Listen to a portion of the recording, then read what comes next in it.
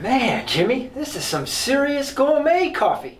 Me and Vincent here would have been satisfied with a little freeze-dried taster's choice. You spring this serious gourmet stuff on us. What flavor is this? Knock it off, Julie. I don't need you to tell me how good my coffee is. I'm the one who buys it. When Bonnie goes shopping, she buys garbage. When I go shopping, I buy the serious fancy gourmet stuff because when I drink it, I want to taste it. But you know what's on my mind right now? It ain't the coffee in my kitchen. It's the Record Journal Athletes of the Week.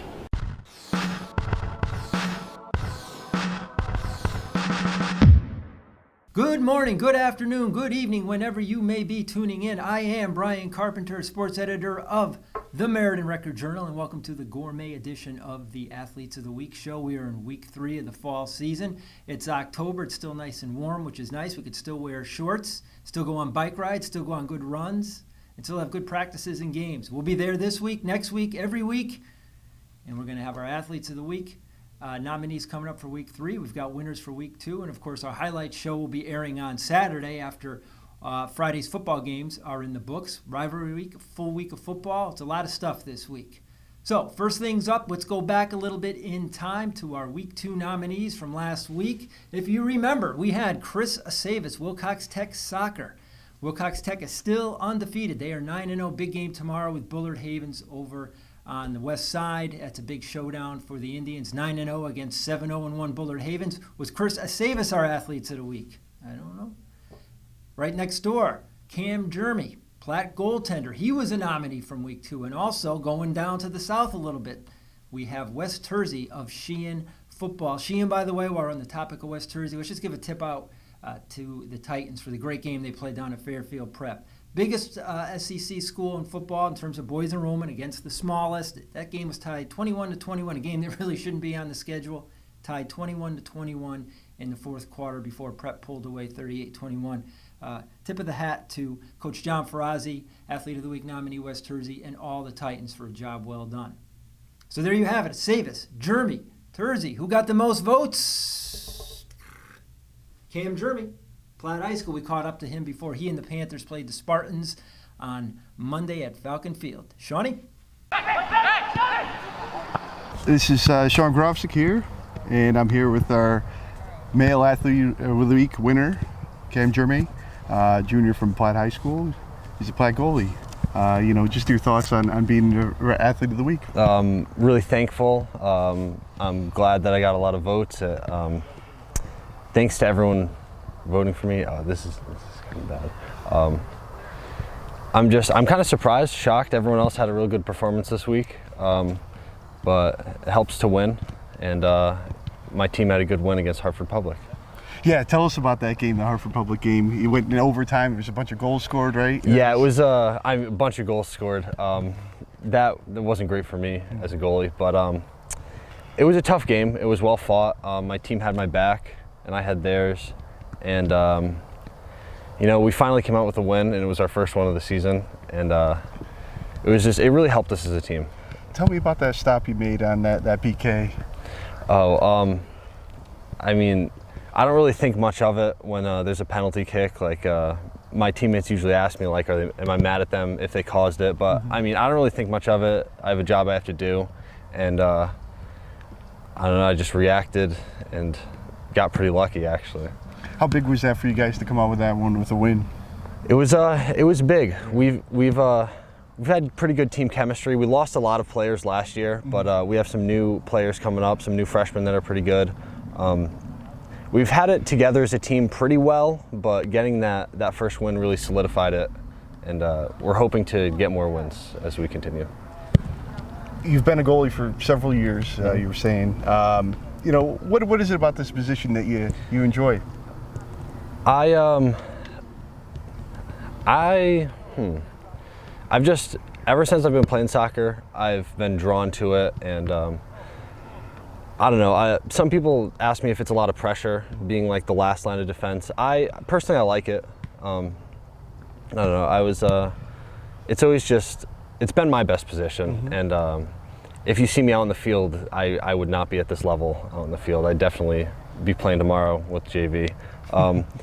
But I don't know, I've always just liked it, and I play baseball too, and it's kind of like reflexes, same kind of deal. playing the field. What's it like these Platt Maloney matches? How exciting are they? Platt Maloney is always my favorite. I don't know. It's just the added bonus of playing against people you know, and we usually get the most supporters for these games too. So I like that. I like having people come out and support the team, and usually it's senior night, not tonight. Next time senior night, and I like supporting the seniors too. And if we win for them, it means a lot more. What do you do to get fired up before the games, Cam?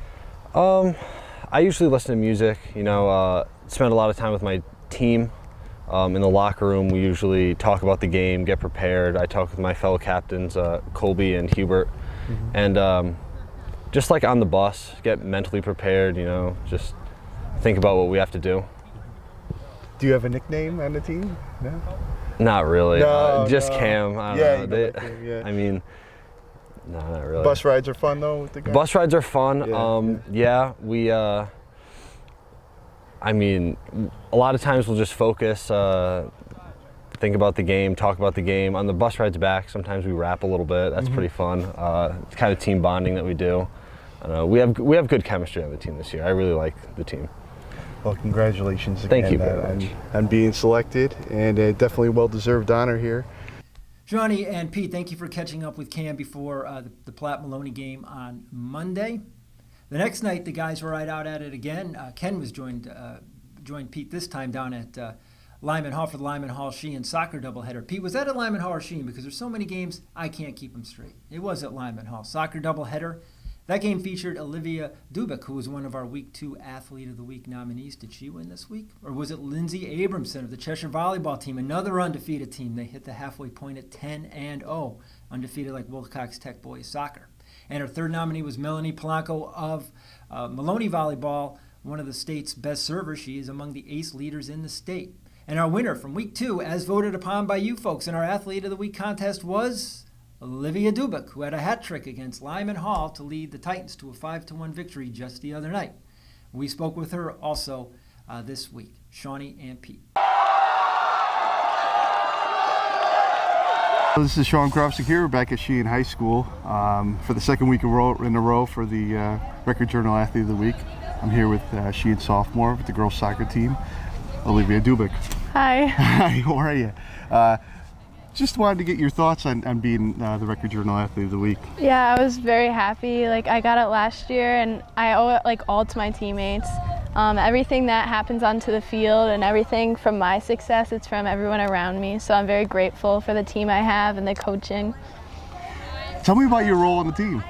Well, usually I play forward or midfield, so it's kind of like more of an attacking standpoint, and then rather than a defensive standpoint. So like that, and I work in the midfield with players like Julia Pods and Kelsey, who is recently injured. But should be back soon, so that's good. That is good. Do you feel you had to step up your game when Kelsey went down with an injury? Definitely, because Kelsey is definitely a big role on this team. So I felt like everyone had to come together as a team and feel like, obviously she's a captain, so she plays a big role on this team. So we all had to step up and kind of unite as a team to overstep that obstacle that came into our way. You had 6 goals last week. Yeah. Tell me about that. What was that like, Well, again, it was all because of my teammates, really. Everything that gets set up in the final third, it's everyone from starting with defense, from players like Sam Larkin, all the way to midfield. And so all the finishing shots I have, all because of my teammates. And you had a hat trick against Cross. Tell me about that. What was that like? Yeah, Cross, that was good. Again, I think I scored with a couple assists, so it's just players around me, but it's definitely cool scoring 3 goals. So I just owe it all to my success from my teammates, and I'm just lucky to have the chance to score hat tricks like that in a game. And you had 15 goals last year, right? Yeah. Yeah. So, and you were Athlete of the Week last year as well. And did you feel more confident coming in after a big freshman year? I definitely felt more confident. I just kind of wanted to live up to what I did last year. So I'm just kind of working on meeting some of the same goals I had last year and kind of just doing my best every time I get the chance. What's made this team as strong as it's been this year? Just like the chemistry we have on our team, everyone's very close on this team, so we have a chance to bond. And like I said, when one player goes down, like Kelsey, we can fill those spots quickly. What's something maybe people won't know about you that you wanted to share? Well, with our whole team, like we do a lot of pasta parties, and it's like a great time to bond. So like advice to any teams out there, like if you want to bond, pasta parties are a good way to go. Yeah, they get you ready. Yeah. That's good. Well, it's been working for Sheehan, and I want to thank Olivia here for letting us come down and talk to her for a little while. Congratulations. Thank you. Thank you, Shawnee, and thank you, Pete, for catching up with Olivia. I understand it was photo day down at Sheehan, and you got Olivia. Olivia, beautiful. I understand you're out on the field nice and early. See what happens. The early bird catches the worm and also catches the interviews. Congratulations to Cam and Olivia for being our Athletes of the Week for Week 2. That brings us to Week 3, and we have a whole new slate of nominees. And eeny, meeny, miny, mo, I think we're going to start with the girls, and we're going to go inside to the pool. We've got some girls doing some good things to start the season, and some young girls too, and they have not escaped notice. We are going to start with Coach Donna Neary's Lyman Hall Trojans. They have a girl back, Faith Gambardella, who had a great year last year as a freshman. As a sophomore, she's cooking again.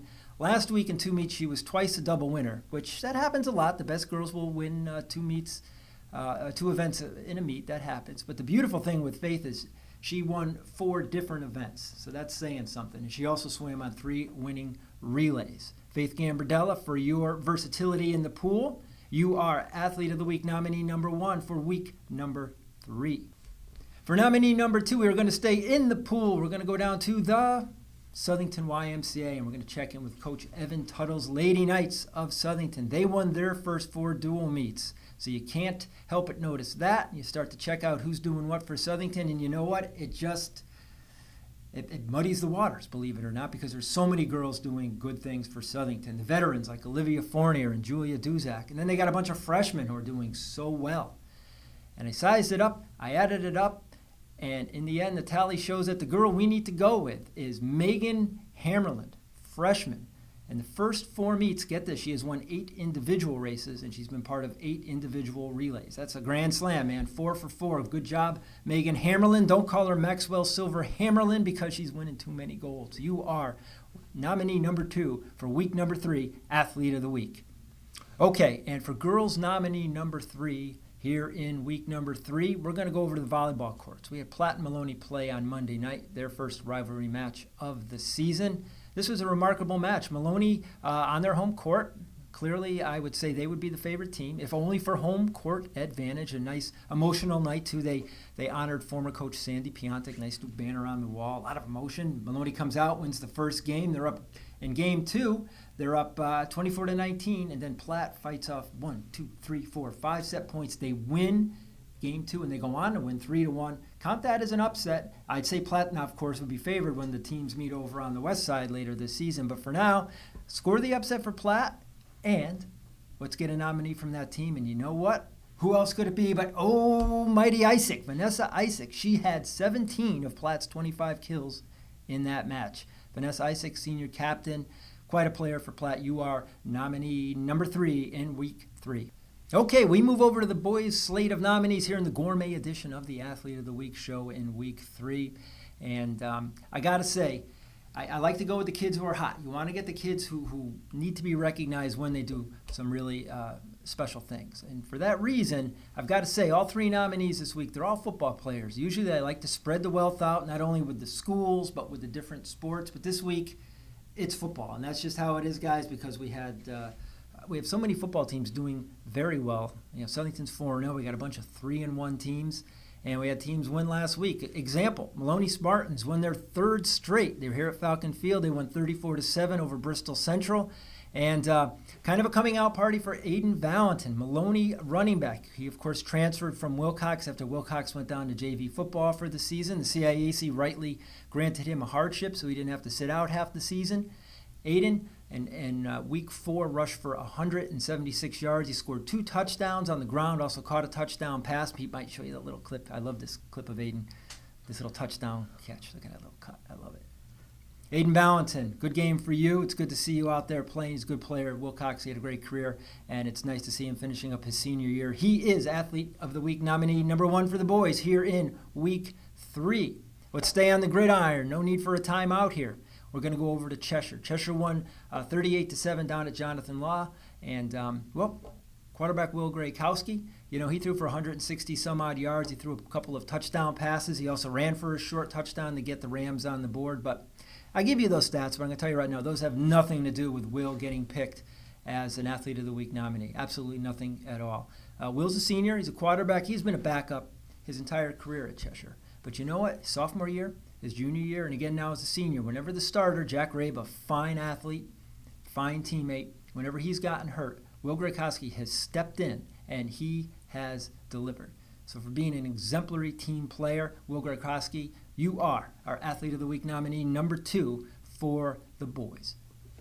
And finally, last but not least, nominee number 3. As I say, they're all football players this week, and here's a guy who's got a nice inside track to a spot on the All-RJ team. And usually I like to hold off on the All-RJ kids as Athlete of the Week nominees, just to, again, spread the wealth out. But you know what? How do you ignore the performance that this player had for the Southington Blue Knights? He is Tim O'Shea, wide receiver. Say hey, Tim O'Shea. He had 3 touchdown catches in Southington's 49-13 win over Connor, which keeps the number 2 Blue Knights undefeated at 4-0.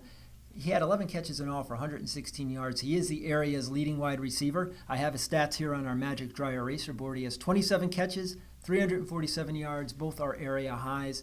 And he also had this highlight reel catch that is going to be shown at the awards brunch, the Best of the Bunch awards brunch in June. Pete's going to roll it again. I never get tired of watching this. Boom, boom, boom. Say hey, Tim O'Shea. He has 3 juggles and a spin. The judges got to give it a 10-0. 7 points on the scoreboard. Southington won 49-13. Tim O'Shea, you are Athlete of the Week nominee for Week 3. And as I just mentioned about that highlight reel, we're going to have it's going to be like a trilogy you're going to have, Pete, of highlights for the awards brunch with all the highlights Pete's been getting, running all over the place, checking you guys out. The awards brunch will be in late June at the AquaTurf. Mr. Jim Calhoun, of course, who's going over to St. Joe's to be their basketball director as that school goes co-ed. He is going to be our guest speaker. We are very much excited about that. Jim's always great in public, whether you loved him or didn't love him as a UConn coach. He's a good guy, and he's going to be a great speaker, and we are looking forward to that. Anybody who gets nominated as an Athlete of the Week, you get invited. Scholar athletes, we're going to be sending stuff out to the coaches very soon. I know, but it's that time of the year. We want to acknowledge the kids who are your best student athletes. And also all RJ selections. We're already putting our thinking caps on. Think about who our best players are in every sport. So there you have it, folks. It was a pleasure coming to you this evening, this morning, this afternoon, wherever you're tuning in. Anytime is a good time for the gourmet edition of Athletes of the Week. And on that note, for myself, Sean Krofsick, Kenny Lipshes, my excellent pool of part-time stringers, and Mr. Pete Paguagua, I am Bryant Carpenter, Sports Editor of the Record Journal. We'll catch you next time.